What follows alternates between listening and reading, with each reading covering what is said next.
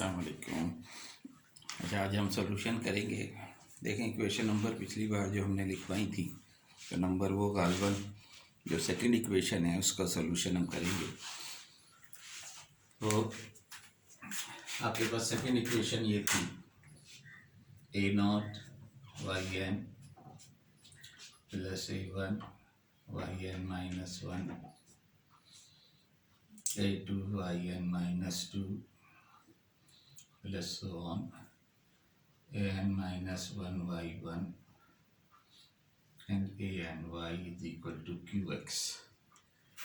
This was equation number 2 I think. इसके बाद हमने इसे डी ऑपरेटर बनाया था a0 dn a1 dn minus 1 a2 dn minus 2 an minus 1d and an into y is equal to qx. गालबन इसे हमने 3 कहा था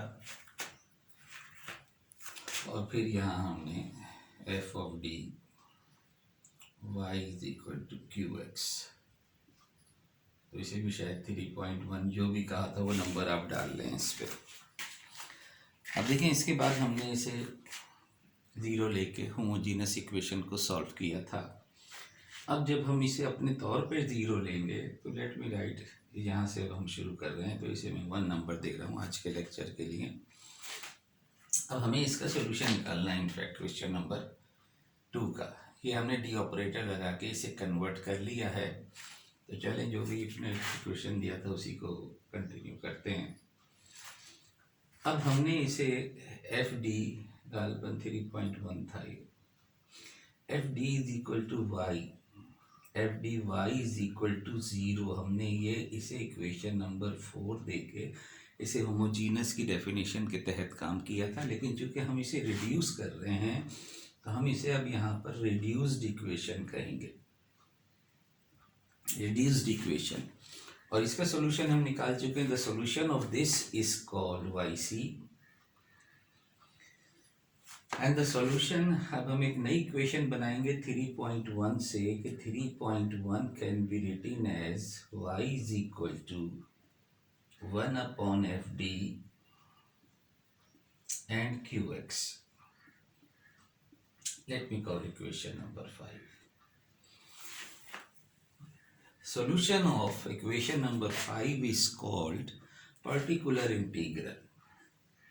Particular integral in short हम उसे लिखते हैं p डॉट i, जैसे हमने लास्ट टाइम cf लिखा था, इसे हमने cf लिखा था, complementary function. This is called particular integral and it is denoted by yp. अभी अलग से एक बात मैं बता दूं कि जैसे कि हमने लास्ट टाइम लिया था कि D operator, D stand for D by D X, तो इसी तरह से 1 अपॉन डी जो है that will stand for integral D X. अब अगर यहाँ y है D Y by D X तो यहाँ y लिख लो। तो ये जो 1 अपॉन डी है दैट स्टैंड फॉर इंटीग्रेशन, तो इसे हम कहेंगे पर्टिकुलर इंटीग्रल। और finally the solution of equation number 2, solution of equation number 2 is y is equal to yc और yp इसमें ऐड कर देंगे। That will be solution of actually the given differential equation. ये हमने जो कुछ भी किया है ये इसको सॉल्व करने के लिए हमने ये प्रोसेस अडॉप्ट करा है। ये प्रोसेस है इसका। इससे हमने डी ऑपरेटर बनाया, डी ऑपरेटर से रिड्यूस इक्वेशन बनाया, रिड्यूस से हम ऑक्सिलरी बना के फिर वाई सी निकाला। अब वाई पी निकालने का तरीका जो है वो अब हम देखेंगे कि वाई पी किस तरह से निकाला जाता है, और फिर हम वाई सी और वाई पी को ऐड कर देंगे तो that will be our Y which is the general solution of equation number 2। तो एक्सरसाइज है 10.2, हेडिंग दे दो रूल्स। एक्सरसाइज चलो बाद में देखेंगे, पहले ज़रा रूल्स लिख लें। Rules to find particular integral.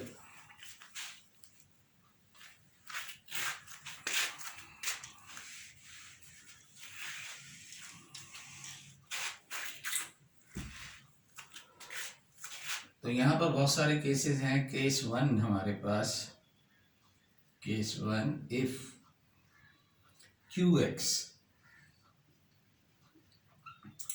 क्योंकि अब काम होगा QX पर। QX is AEBX, AEBX, AE⁻BX exponential function हो। अगर QX जो है वो एक्सपोनेंशियल फंक्शन हो, ये केस 1 है। तो अब इसके केस के 2 सब केस बन जाते हैं। पहला सब case, if f of b, b क्या है, b ये पावर है एक्सपोनेंशियल की। If f of b is not equal to 0, तो बहुत ही आसान, if f of b is not equal to 0, then yp is equal to 1 upon fb AEBX. That will be the solution. That's all. इसका ये solution आ जाएगा।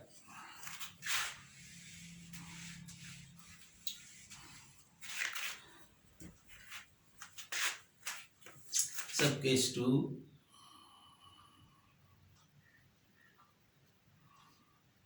if f of b is equal to 0। अच्छा, अब अगर f of b is equal to 0 है तो फिर problem आती है, क्योंकि 0 ये कब होता है, क्योंकि आपको याद है कि एफ बी जो है, एफ डी, उसको हमने ऑक्सिलरी इक्वेशन में एम लिखा था, और एफ एम 0 जब होता था, जब एम इसका रूट होता था, तो हम आईसी में निकाल चुके हैं। तो अगर एफ ऑफ बी 0 है, इसका मतलब है कि बी जो है वो किसी न किसी एम के बराबर है, किसी न किसी एम के बराबर है, तो इसे मैं एम आई कह देता हूं, तभी तो ये 0 बना रहा है। तो आपको वो फैक्टर तलाश करना होगा। इसका मतलब है कि यहाँ पर कोई ना कोई ऐसा फैक्टर मौजूद है एफ डी में जो कि डी माइनस बी है। अब ये डी माइनस बी जो है, इसकी कोई पावर भी हो सकती है। तो अगर एफ डी में कोई ना कोई ऐसा फैक्टर मौजूद है कि जब आप डी की जगह पे बी रख रहे हैं तो वो ये 0 बन जाता है। अब वो पावर एक पावर का भी हो जाता है, सिंगल भी हो सकता है, और उसकी पावर भी हो सकती है। तो हम क्या करेंगे कि एफ डी में कोई एक फैक्टर या 2 फैक्टर ऐसे हैं जो बाकी बच जाएगा, जो नॉन ज़ीरो है, उसे हम फिर जी डी कह देते हैं, provided that G of B must not be 0। क्योंकि जितने भी फैक्टर जो 0 थे वो हमने यहाँ इकट्ठे कर लिए, जो इस पूरे को 0 बना रहे थे वो हमने यहाँ इकट्ठे करके अलग कर दिए, तो जो बाकी बचा वो वहाँ पर जी बी को 0 नहीं होना चाहिए। तो जब ये आप कर लेंगे तो फिर सॉल्यूशन क्या होगा, then Y P will be equal to,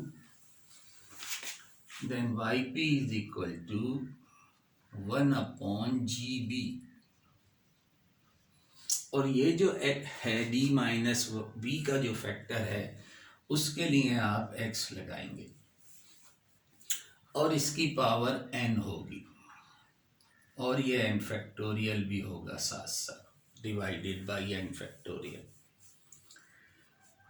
ये n जो है वो वहाँ से आएगा, अगर 1 है तो जाहिर है सिर्फ x रह जाएगा, अगर 2 है तो x²/2, इस तरह से हो जाएगा ये, और बाकी फिर AEBX एज इट इज रहेगा। तो that will be the solution of YP। तो अब इस केस का हम सवाल कर लेते हैं। यहाँ 2 सब केसेस हैं, ऐसा सवाल ले लेते हैं जिसमें दोनों का मसला हल हो जाए।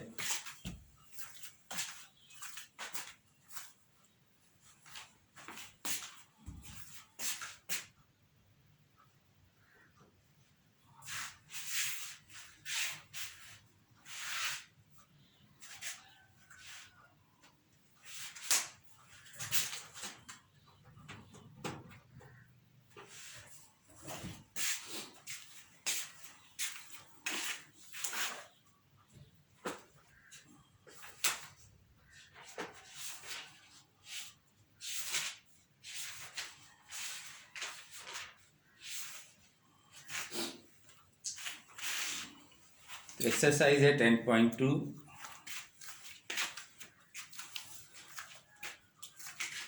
Exercise 10.2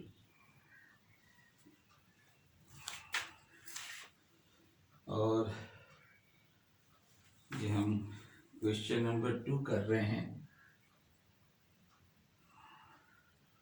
d square minus 3d plus 2 y is equal to ex plus e minus 2x।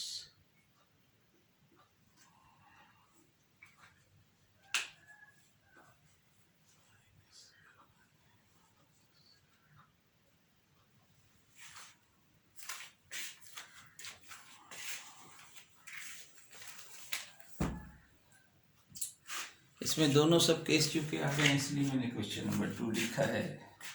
Question number 1 आप कर ही लोगे जब ये हो जाएगा तो। अब देखेंगे ये है असल सवाल। इसमें राइट हैंड साइड पे ये QX है आपके पास, तो सर डी में ये ऑलरेडी डी में ऑपरेटर में मौजूद है। तो आपका सबसे पहले reduced equation right hand side को 0 लेकर, तो उसे हम कहेंगे रिड्यूस्ड इक्वेशन। तो रिड्यूस्ड इक्वेशन आपके पास है D square minus 3d plus 2 y is equal to 0। और फिर ऑक्सिलरी इक्वेशन या characteristic equation m square minus 3m plus 2 is equal to 0।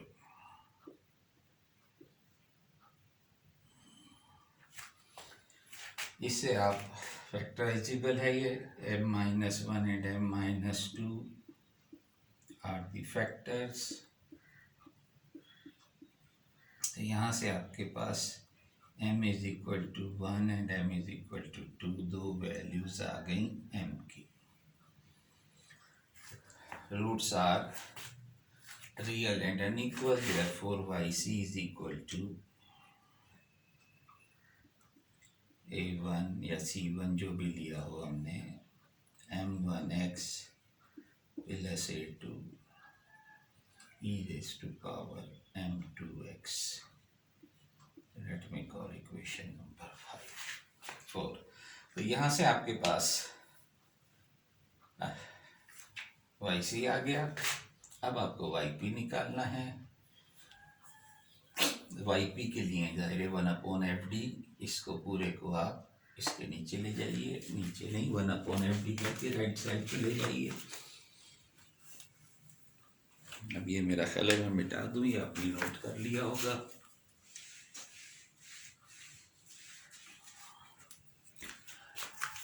Now equation number 1 can be written as y is equal to 1/, fd आपके पास है d square minus 3d plus 2। और यहाँ देखें दो फैक्टर हैं ex and e minus 2x। तो बेहतर है कि इन दोनों को अलग अलग कंसीडर कर लो। लेट इसे yp कह लो।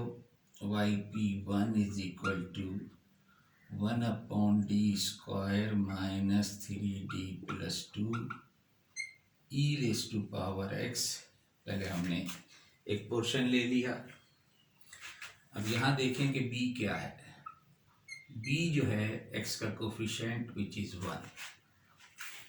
तो आप देखें 1 वहाँ रूट मौजूद है, तो आप f ऑफ b यानी f of 1 is equal to 1 square minus 3 into 1 plus 2 जो कि 0 आ जाएगा।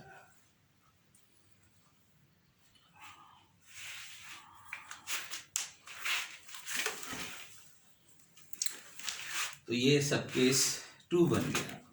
तो आप देखें फैक्टर आप वहाँ बना चुके हैं। देयरफॉर fd जो आपके पास है उसके फैक्टर हैं d-1 एंड d-2। तो जब आप यहाँ m रखा था वापस d में कन्वर्ट करके लिख दो, तो d-1 d की जगह जब आप 1 रखोगे तो ये फैक्टर है वो जो इसे 0 बना रहा है। तो ये ज़ीरो नहीं बनाएगा, अगर यहाँ रखोगे तो ये -1 आएगा। लिहाजा आप कह सकते हैं here G D is d-2 is G D, क्योंकि जी बी जो है यानी g of 1 is -1 not equal to 0, और इसकी पावर है 1। लिहाजा आपके पास आ जाएगा yp1 इज इक्वल टू 1/, जब आप GB आया है -1, x की पावर 1/1 फैक्टोरियल का मतलब है 1, और जो ex था वो अपनी जगह पे रहा। यानी ये कह सकते हैं आपके -x आपके पास yp1 आ गया। Late me call equation number 5। Now consider let yp2 is 1/d square -3d plus 2, और वो है e की पावर -2x। अब यहाँ b क्या है, यहाँ b जो है वो -2 है, तो f of b यानी f of -2 will be -2 whole square -3 into -2 plus 2, जो कि आपके पास आ जाएगा 4 + 6 + 2 which is equal to 12 not equal to 0। तो इस लिहाज से yp2 आपके पास डायरेक्ट आ जाएगा 1/12 e की पावर -2x। अब इन सब को आप इन दोनों को अगर रख दोगे तो yp आ जाएगा, और yc उसमें ऐड करके लिख दोगे तो y आ जाएगा। तो therefore yp is equal to, इन दोनों को ऐड कर दो, पहला वाला आया था, पहले हम इसे लिख लेते हैं, चाहो उसे लिख लो, -xex n plus e2x e -2x upon 12। ये yp आ गया, तो yc और yp को ऐड कर दोगे तो आपके पास therefore y is equal to yc plus yp which is equal to a1 e raise to power m1 आया था 1, तो ये मैंने इसकी वैल्यू नहीं लिखी है, a1 e की power x plus a2 e की पावर 2x, a1 e की power x plus a2 e की पावर 2x, और अब आ गया है आपके पास xex plus e -2x upon 12। अब आप ये तो हो गया solution, this will be the answer.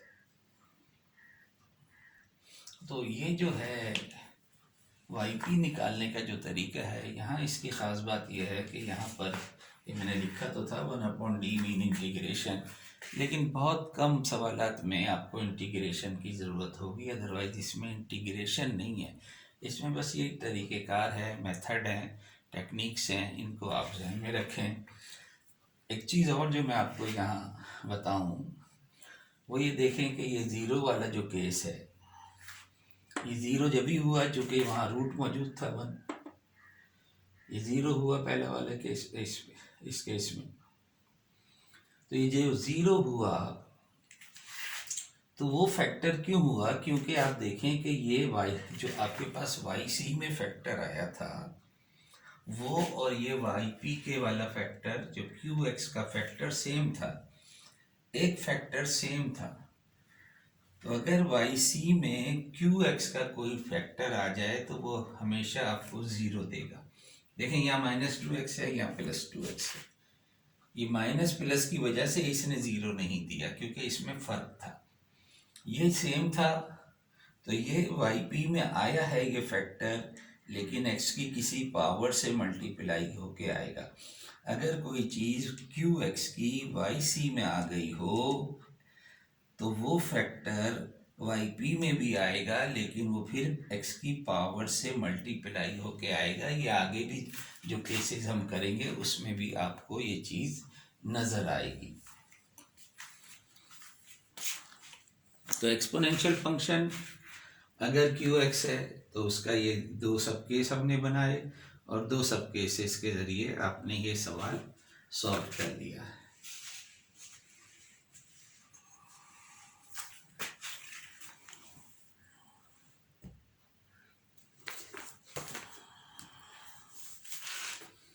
अब असल में इस सवाल में, इस एक्सरसाइज में 4 डिफरेंट किस्म के केसेस हैं।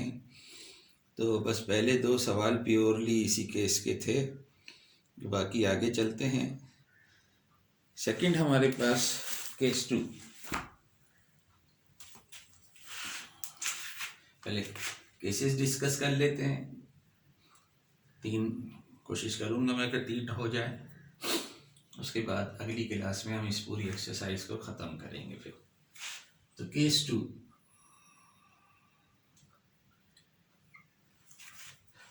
केस 2 जो है वो, अगर आपके पास if Q X is A sine B X हो या और ए कॉस बी एक्स हो, साइन बी एक्स हो या कॉस बी एक्स हो, इस सूरत में थोड़ा सा प्रोसेस ये है कि आप जानते हैं कि आपने पिछले सेमेस्टर में पढ़ा है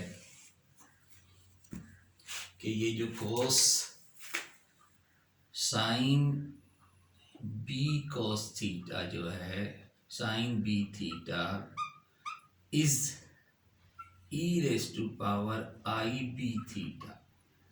साइन हो या कॉस हो, दोनों को हम एक्सपोनेंशियल फंक्शन की फॉर्म में लिख सकते हैं, और कॉस इसका रियल पार्ट होता है और साइन इसका इमेजिनरी पार्ट होता है।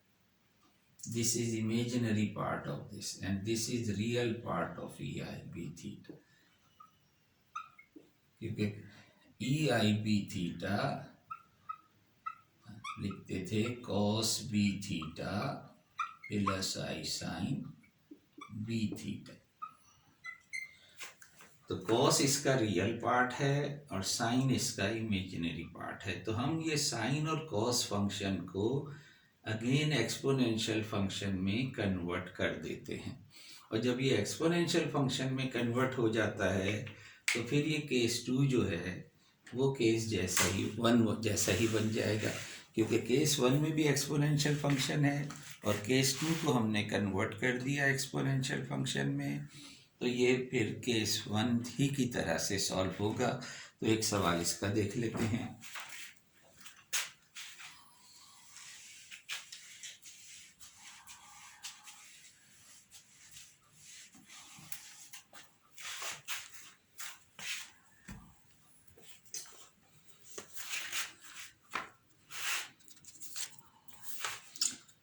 देखेंगे question number 3। Question number 3, D square minus 2d minus 3y is equal to minus 10 sine x।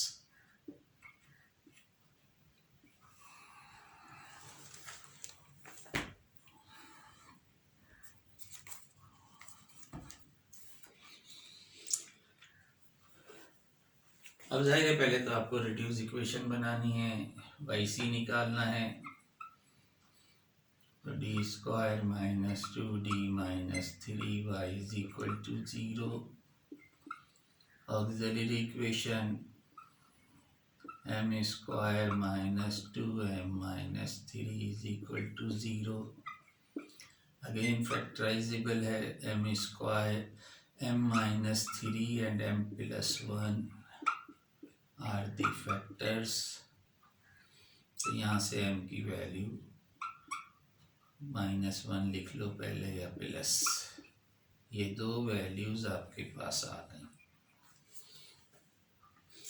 तो वाई सी आ गया, therefore Y C is equal to a1 e raise to power 3x plus a2 e raise to power -x। अब आप देख रहे हैं कि यहाँ पर QX में साइन में है और ये एक्सपोनेंशियल में है, तो जाहिर है दोनों डिफरेंट हैं, तो यहाँ ज़ीरो वाला केस नहीं बनेगा, नहीं तो इसमें भी ज़ीरो वाला केस आ जाता है। तो अब हम इसको अगेन वाई सी निकाल लिया। Now we have to find Y P. जो कि ट्रिग्नोमेट्रिक फंक्शन है, ये जो कांस्टेंट है इसे चाहे तो आप ऑपरेटर से बाहर भी रख सकते हैं, जैसे डेरिवेटिव में और इंटीग्रेशन में आप बाहर रख लेते हैं, और रखना चाहो यहीं तो कोई हर्ज नहीं है। Now consider equation number 1 can be written as y is equal to 1/fd। fd अब आपके पास है d² -2d -3 into -10 sin x। अब ये -10 तो चूंकि कांस्टेंट नंबर है, it can be taken outside -10, और ये चूंकि sin x को अब आप EIBX लिखेंगे तो b यहाँ पर 1 है, x का कोफिशिएंट, तो इसलिए साइन जो है वो चूंकि इमेजिनरी पार्ट है, तो यहाँ पर imaginary of 1/d² -2d -3 e raise to power IX ये बन जाएगा, क्योंकि इसका मतलब है sine cos x plus I sin x। तो चूंकि यहाँ साइन x है, इमेजिनरी पार्ट है, इसलिए हमने इमेजिनरी ले लिया। अब इसे हम सॉल्व करेंगे और आखिर में जो आंसर आएगा उसका imaginary part will be our final answer. तो इसे उसी तरह सॉल्व करेंगे। नाउ हियर अब ये एक्सपोनेंशियल बन गया, तो b जो है यहाँ पर b क्या है, यार b is iota, coefficient of x is I, तो f of b is equal to f of I। तो यहाँ पर I रख दो, 1/1 में बाद में, पहले तो ज़ीरो चेक कर रहे हैं हम। d की जगह पे I रख दो, I² -2I -3 which is -1 -2I -3 which is -4 -2I not equal to 0 है। तो जाहिर है जो आंसर है हमारे पास, therefore yp is equal to -10 imaginary of 1 upon, अब 2 चाहो तो -2 कॉमन ले लो, तो 2 प्लस I बच जाएगा यहाँ पर EIX, ये पोजीशन आ जाएगी आपके पास। क्योंकि नॉट इक्वल टू 0 आया तो यहाँ से -2 हमने कॉमन निकाल दिया है, इसको भी बाहर निकाल देंगे। अब आप देखेंगे ये 1/I है, यानी I जो है वो डिनोमिनेटर में है, और जब I डिनोमिनेटर में हो तो आप रैशनलाइज करते हैं, तो ये तो -2 को बाहर निकाल दो और साथ साथ रैशनलाइज भी कर दो। तो -2 को बाहर निकालेंगे तो ये 5 रह जाएगा सिर्फ। Imaginary of, now rationalise this, तो 1/2 प्लस I को डिवाइड और मल्टीप्लाई कर दो 2 -I से, और इसे आप ओपन करके लिख दो, sine cos x plus I sin x, cos x plus I sin x।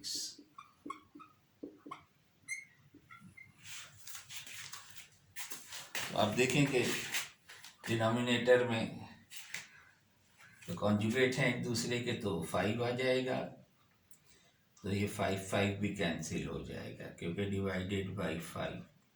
Imaginary of, अब आपके पास एक ये है और एक ये है, इनको ओपन करके लिखो, तो 2 cos x plus 2I sin x -I cos x, और ये -I और प्लस I जो है 1 बन जाएगा, रियल हो जाएगा sin x। ये आपने दोनों ब्रैकेट को मल्टीप्लाई कर दिया, डिनोमिनेटर से 5 आया था, वो 5 को आपने बाहर निकाल दिया है, तो ये 5 भी कैंसिल हो गया। और अब आप देखें कि इसमें इमेजिनरी पार्ट जो हैं, ये दो इमेजिनरी पार्ट हैं। Therefore y is equal to Y P is equal to, अब ये कैंसिल हो गया है, तो ये आया आपके पास, इमेजिनरी आई नहीं लिखना, 2 sin x and minus cos x, ये आपके पास आ गया वाई पी। वाई सी आपके पास पहले आ गया है, दोनों को ऐड करके लिख दोगे तो that will be the answer.